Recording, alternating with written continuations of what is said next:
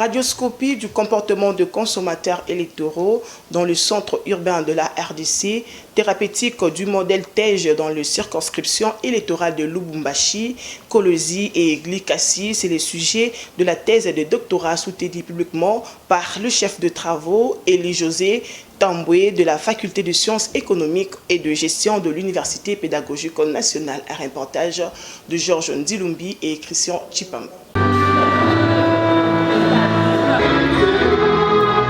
Jeter un regard à la fois de manière empirique, mais aussi théorique, sur le comportement de l'électeur désormais considéré comme consommateur quant aux questions électorales, s'est présenté pour le chef des travaux, Tamboué Élie-José, une préoccupation majeure au cœur de son travail doctoral soutenu publiquement à l'Université pédagogique nationale, abordant son sujet portant sur la radioscopie du comportement des consommateurs électoraux dans les centres urbains de la République démocratique du Congo, thérapeutique du modèle TEJ dans les circonscriptions électorales de Lubumbashi, Likasi et Kolwezi. Le récipiendaire a souligné qu'il était important d'identifier le variable opérationnel du marketing politique auquel recourent les entrepreneurs politiques pour promouvoir leurs offres politiques, mais aussi assurer au même moment l'impact de chaque variable sur le comportement des consommateurs électoraux, puis développer un modèle théorique inspiré du marketing politique et adapté au contexte politique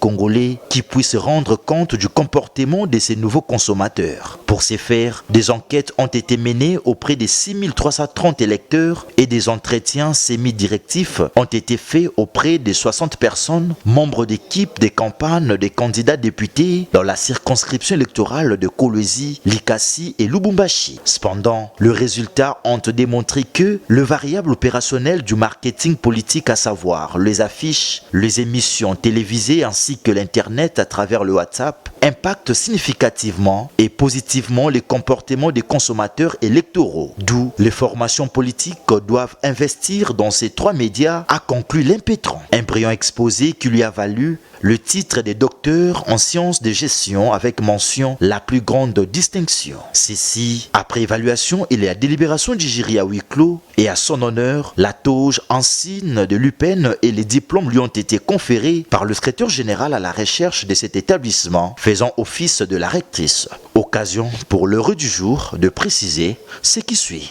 Évidemment, ma thèse propose des mécanismes d'instrumentalisation du vote. C'est une thèse exclusivement réservée aux opérateurs politiques.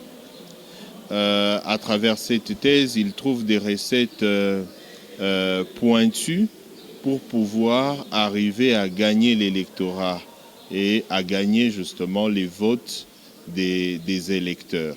Le problème, il est triple. Tout d'abord, on a une forte concurrence sur le marché électoral. Il y a beaucoup de candidats. Deuxièmement, il y a davantage de personnes qui s'abstiennent à aller exprimer leur vote. Et il y a aussi un autre problème, c'est le manque de fidélité de la part des électeurs. On constate que les assemblées sont permanemment renouvelées à chaque scrutin de manière majoritaire. C'est une invitation à utiliser des médias, à recourir davantage à de la communication digitale pour promouvoir leur offre électorale.